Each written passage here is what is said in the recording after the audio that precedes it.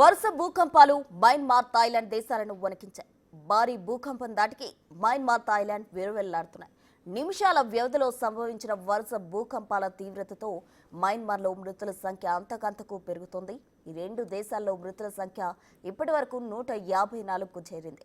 మయన్మార్లోనే ఇప్పటివరకు 144 మంది మృతి చెందారు. థాయిలాండ్లో 10 మంది మృత్యువాత పడ్డారు. ఇంకా భారీగానే ప్రాణ నష్టం జరిగిందని తెలుస్తోంది. శిథిలాల కింద చిక్కుకొని 800 మందికి పైగా గాయపడడంతో మృతుల సంఖ్య భారీగా ఉండే అవకాశం ఉంది.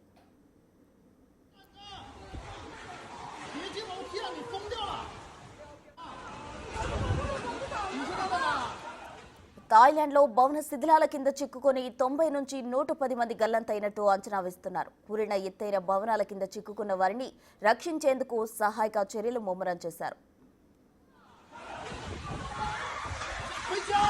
బ్యాంకాక్ లో కూడా ఈ భూ ప్రకంప ప్రభావం తీవ్రంగా పడింది. దీంతో ప్రతి భవనాన్ని భద్రత దృష్ట్యా తనిఖీ చేయాల్సి ఉంటుందని థాయిలాండ్ ప్రధాని పెంటగాన్ షినవోత్రా అన్నారు. పరిస్థితి పర్యవేక్షించి సహాయక చర్యలు చేపట్టాలని ఆమె సంబంధిత సంస్థలను ఆదేశించారు. మయన్మార్, థాయిలాండ్లలో భూకంపంతో క్షతగాత్రులైన వారికి చికిత్స అందించేందుకు ప్రపంచ ఆరోగ్య సంస్థ ముందుకొచ్చింది.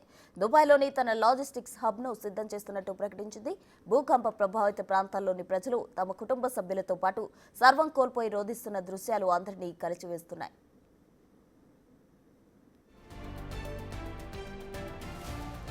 ఇక బ్యాంకాక్ లో భూకంపం వల్ల కూడా భవనాలు నేలమట్టమయ్యాయి. అయితే ఇక్కడ ఒక 30 అంతస్తుల భవనం కూలిపోవడంతో ఎక్కువ మంది ఈ భవనం కింద ఉండి ఉంటారని భావిస్తున్నారు.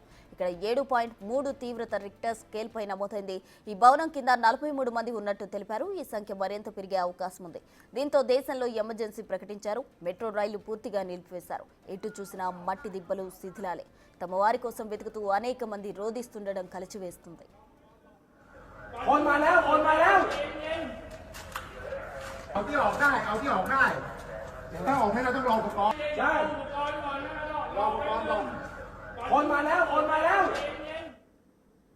తీవ్ర భూకంపం దాటికి ఒక్కసారిగా మయన్మార్ దేశం ఉలిక్కిపడింది. ప్రజలు ప్రాణభయంతో పరుగులు తీశారు. ఈ విలయం కారణంగా ఎత్తైన భవంతులు, పురాతన వంతెనలు సహా అనేక కట్టడాలు కుప్పకూలిపోయాయి. ప్రాణ నష్టం కూడా భారీగానే ఉంది. భూకంప కేంద్రం మధ్య మయన్మార్ ఉన్నట్టు అంచనా వేస్తున్నారు. ఇది సఖాయింగ్ ఫాల్ట్ కు సమీపంలో ఉంటుంది. ఈ ప్రాంతంలోనే అధికంగా భూకంపాలు సంభవిస్తున్నాయి. ఇప్పుడు కూడా ఇక్కడి నుంచే ఈ భూకంపం సంభవించినట్టు తెలుస్తోంది. మయన్మార్ భూకంపాలకు గురయ్యే అవకాశం ఎక్కువగా దాని సాగింగ్ ఫాల్ట్ వెంబడి ఉన్న స్థానం కారణంగానే తెలుస్తోంది. 12 కిలోమీటర్ల పొడవున్న సాగింగ్ ఫాల్ట్ గతంలో జరిగిన అనేక భూకంపాలతో సంబంధం కలిగి ఉంది. దీంతో ఇప్పటి భూకంపానికి కూడా ఇదే కారణమని అంచనా వేస్తున్నారు శాస్త్రవేత్తలు. ఇది ఎల్లప్పుడూ మారుతూ ఉండడంతో కాలక్రమేణా ఒత్తిడి పెరుగుతుందని అధ్యయనాలు నిర్ధారించాయి.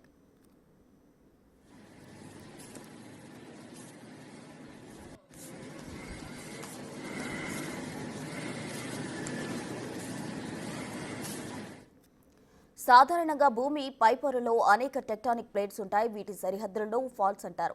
ఈ పలకాలమంతా కిలోమీటర్ల మేర విస్తరించి ఉంటుంది. ఇక ఇవి నిరంతరం ఒకదానితో ఒకటి ఢీకొంటుంటాయి. Indian tectonic plate, Burma micro ప్లేట్ల మధ్య సఖాయింగ్ ఫాల్ట్ ఉంటుంది. మయన్మార్లో ఇది దాదాపు 1200 కిలోమీటర్ల మేర విస్తరించింది.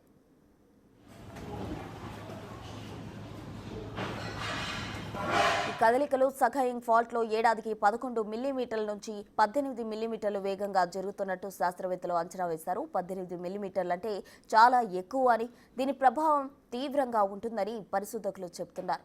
ఇవి దీర్ఘకాలం కొనసాగుతుండటంతో కాలక్రమేణా అంచుల వద్ద రాపిడికి గురై ఒత్తిడి పెరిగి భూకంపానికి దారితీస్తుందని గుర్తించారు. ఒత్తిడి మరీ ఎక్కువ ఉంటే పగుళ్లు ఏర్పడతాయని, భూకంప కేంద్రం లోతు ఎంత తక్కువగా ఉంటే దీనివల్ల నష్టం అంత ఎక్కువగా ఉంటుంది. ఇది ఇలా ఫలకాలు వేగంగా ఘర్షణకు లోనవుతున్న కారణంగానే మయన్మార్ ప్రాంతంలో తరచూ భూకంపాలు చోటు చేసుకుంటున్నట్టు తెలుస్తోంది.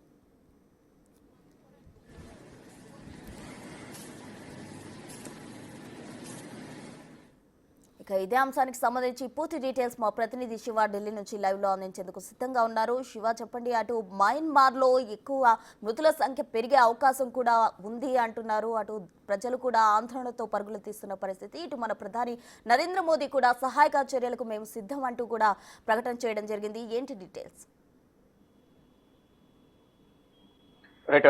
ప్రస్తుతం నిన్న ఏదైతే మయన్మార్, థాయిలాండ్ లో భూకంపం విలయం సృష్టించడంతో ప్రజలు భయాందోళన చెందుతున్నారు. ఇప్పటి వరకు 150కి పైగా మృతుల సంఖ్య పెరిగింది. మరికొంతమంది శిథిరాల కింద చిక్కుకున్నారు. ఇటు మార్కెట్లో ఉన్న దాదాపు 30 అంతస్తుల భవనం కూడా కుప్పకూలిపోవడంతో ఆ శిథిరాల కింద కూడా వందల సంఖ్యలో బాధితులు చిక్కుకున్నట్లు కూడా తెలుస్తోంది. అయితే నిన్న మధ్యాహ్నం 12 గంటల 50 నిమిషాల సమయంలో భూమి కంపించింది. 7.7 తీవ్రతతో అత్యంత తీవ్రతతో కంపించింది. మళ్ళా వితిన్ 12 మినిట్స్ లోనే మరొక 6.8 పాయింట్ల తీవ్రతతో భూమి కంపించడంతో తీవ్ర భయాందోళన చెందారు. అటు మయన్మార్ లోనే కానీ ఇటు థాయిలాండ్ ప్రజలందరూ కూడా తీవ్ర ఆందోళన వ్యక్తం చేస్తున్నారు. అంటే మృతుల సంఖ్య థాయిలాండ్ లో తక్కువ ఉన్నప్పటికీ మయన్మార్ లో దీని ప్రభావం అనేది ఎక్కువగా ఉంది. ఈ నేపథ్యంలోనే అక్కడ ప్రజలను సురక్షిత ప్రాంతాలకు తరలించేందుకు అక్కడున్న ప్రభుత్వం కూడా ప్రయత్నాలు చేస్తుంది. దానిలో భాగంగానే ఎత్తైన భవనాల్లో ఎవరైతే నివాసం ఉంటున్నారో వారందరూ కూడా ఖాళీ చేయించాలంటూ కూడా అధికారులను ఆదేశించారు. రెస్క్యూ సిబ్బంది కూడా ఇప్పుడు అంతా కూడా రెస్క్యూ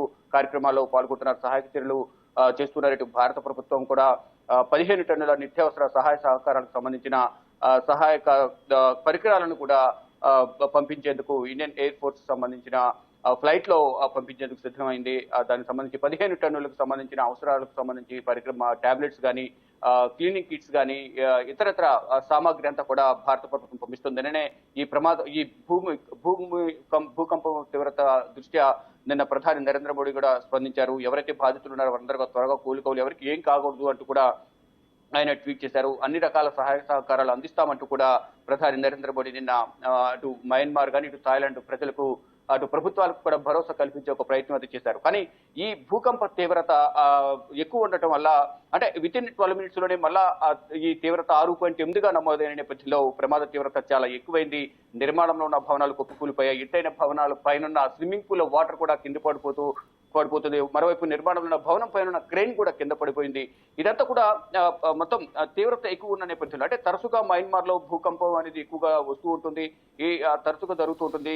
ఏదైతే సాయింగ్ ఫాల్ట్ అనే దాని వల్ల ఇది ఎక్కువగా జరుగుతూ ఉంటుంది. మయన్మార్ లో తరచూ భూకంపాలు ఎక్కువగా వస్తూ ఉంటాయి అనేది ప్రధానంగా తెలుస్తుంది. ఇంతకుముందు మీరు చెప్పినట్లుగా కూడా ఏదైతే భూకంప తీవ్రత లోతని తక్కువ ఉంటే అంత ఎక్కువ ప్రమాదం జరుగుతుంది అనేది కూడా చెప్తూ ఉన్నారు. అంటే గతంలో జరిగిన పరిణామాలు ఇప్పుడు జరిగిన పరిణామాలు చూసుకుంటే కనుక గతంలో కన్నా భిన్నంగా ఇప్పుడు భూకంప తీవ్రత ఎక్కువగా ఉంది. మరోవైపు ఏదైతే పురాతన బ్రిడ్జ్ ఉందో మయన్మార్ లో ఆవా బ్రిడ్జ్, సగాయింగ్ బ్రిడ్జ్ అని కూడా దీన్ని పిలుస్తారు.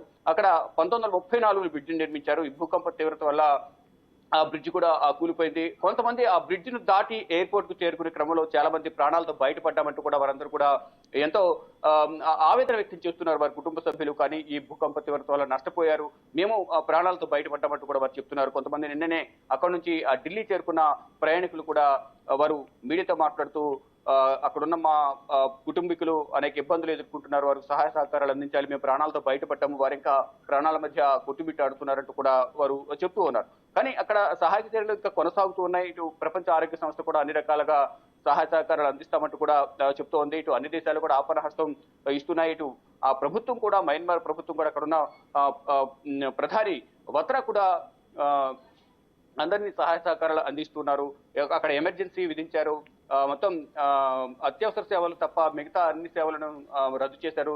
ఇటు మెట్రో ట్రైన్స్ సంబంధించి కానీ రైలు రాకపోకలకు సంబంధించి ఇతరేతర నార్మల్ సర్వీసులను కూడా బంద్ చేసి ఎవరిని కూడా రోడ్లపైకి రాకుండా సురక్షిత ప్రాంతాలు తరలించే విధంగా కూడా అక్కడ ప్రభుత్వం ఏర్పాట్లు చేస్తుంది. మొత్తంగా చూసుకుంటే గతంలో వందల సంఖ్యలో చనిపోయారు. ఇప్పుడు 1946, 56 మధ్య ఈ తీవ్రత భూకంపం ఎక్కువగా అక్కడ వచ్చేది. తరచుగా ఈ భూకంపాలు ఎక్కువగా సంభవిస్తూ ఉంటాయి మయన్మార్ లో. టెక్టో ప్లేట్స్ ఏవైతే ఉంటాయో భూమి మధ్య అమెరికల మధ్య పలకలు ఏవైతుంటాయో ఆ పలకాల మధ్య గ్యాప్లు ఏర్పడడం వల్ల కూడా ఒకదానికొకటి ఢీకొన్న సందర్భంలో ఈ భూమి కంపించడం అనేది ఎక్కువగా జరుగుతుంది. అది కూడా ఎక్కువగా మయన్మార్ లోనే ఎక్కువగా ఈ భూమి కంపిస్తూ ఉంటుంది. భూకంపాలు సంభవించడం, దాని ద్వారా ఎంతో మంది ప్రాణాలు కోల్పోవడం అనేది ఎక్కువగా జరుగుతూ ఉంటుందంటూ కూడా శాస్త్రవేత్తలు చెప్తూ ఉన్నారు. కానీ తరచుగా ఇటువంటివి ప్రమాదాలు జరుగుతున్న నేపథ్యంలో ముందుగా భూకంప తీవ్రతకు సంబంధించి ఒకసారి భూకంపం వచ్చిన తర్వాత రెండోసారి భూకంపం కూడా వస్తుందనే హెచ్చరికలు జారీ చేసిన నేపథ్యంలో ప్రజలందరూ కూడా ప్రభుత్వానికి సెస్మాలజీ డిపార్ట్మెంట్ కు సహకరించి ఏదైతే ఎత్తైన భవనాలు ఉంటారో వారందరూ కూడా సురక్షిత ప్రాంతాలకు వెళ్లే విధంగా ప్రభుత్వం చర్యలు చేపడుతుంది కాబట్టి ప్రభుత్వానికి అందరూ సహకరించాలంటూ కూడా ఇటు శాస్త్రవేత్తలు చెప్తున్నారు. ఎక్కడికక్కడ ఇటు ఇండియన్ టెక్టానిక్ ప్లేట్ అలాగే బర్మా మైక్రో ప్లేట్ల మధ్య జగాయింగ్ ఫాల్ట్ అనేది ఉంటుంది. దీని ద్వారానే ఇది ఎక్కువగా బర్మాలో ఈ భూకంపం అనేది ఎక్కువగా సంభవిస్తున్నట్టు కూడా చెప్తున్నారు. మయన్మార్లో ఇది దాదాపు 1200 కిలోమీటర్ల మేర ఈ టెక్టానిక్ ప్లేట్ కి సంబంధించి కానీ సగాయింగ్ ఫాల్ట్ అనేది ఎక్కువగా ఉన్న నేపథ్యంలో ఈ భూకంపం అనేది ఎక్కువగా సంభవిస్తుందంటూ కూడా చెప్తున్నారు. ఈ సగాయింగ్ ఫాల్ట్ ఏడాదికి 11 మిల్లీమీటర్ల నుంచి 18 మిల్లీమీటర్ల వేగంతో కదులుతూ ఉంటాయి కాబట్టి ఇది చాలా ఎక్కువ తీవ్రతతో ఉంటుంది. ఈ నేపథ్యంలోనే ఇక్కడ భూకంపాలు ఎక్కువగా సంభవిస్తూ ఉంటాయంటూ కూడా శాస్త్రవేత్తలు చెప్తున్నారు. కానీ ఇప్పుడు పరిస్థితి అయితే అక్కడ అన్ని భవనాలు, ఎత్తైన భవనాలు, 30 అంతస్తుల భవనం, 1000 పడకల ఆసుపత్రి, నిర్మాణంలో ఉన్న భవనాలు అన్ని కూడా కుప్పకూలిపోయిన నేపథ్యంలో ఆ శిథిలాల కింద ఉన్న ప్రజలను సురక్షితంగా బయటకు తీసుకొచ్చేందుకే ప్రయత్నాలు చేస్తున్నారు. దాదాపు వందల సంఖ్యలో శిథిలాల కింద చిక్కుకున్నారు. కొంతమంది ఆచూకీ లభించడం లేదు, 100కు పైగా ఆచూకీ లభించడం లేదు. ఇప్పటి వరకు అందుతున్న సమాచారం ప్రకారం 150కు పైగా మృతులు సంఖ్య చేరింది. ఇంకా మరింత మంది మృతి చెందే అవకాశం ఉన్నట్టు కూడా ప్రభుత్వం చెబుతోంది. అన్ని ప్రపంచ దేశాలన్నీ కూడా సహాయం చేసేందుకు ముందుకు వచ్చాయి. కానీ ఇప్పటికే భారత ప్రభుత్వం ప్రధాని నరేంద్ర మోడీ నిన్న ప్రకటించిన విధంగానే 15 టన్నులకు సంబంధించిన సహాయ సామగ్రిని అంతా కూడా ఇండియన్ ఎయిర్ ఫోర్స్ ఫ్లైట్ లో పంపిస్తూ ఉన్నారు. Prasuna. Right Shiva, thank you.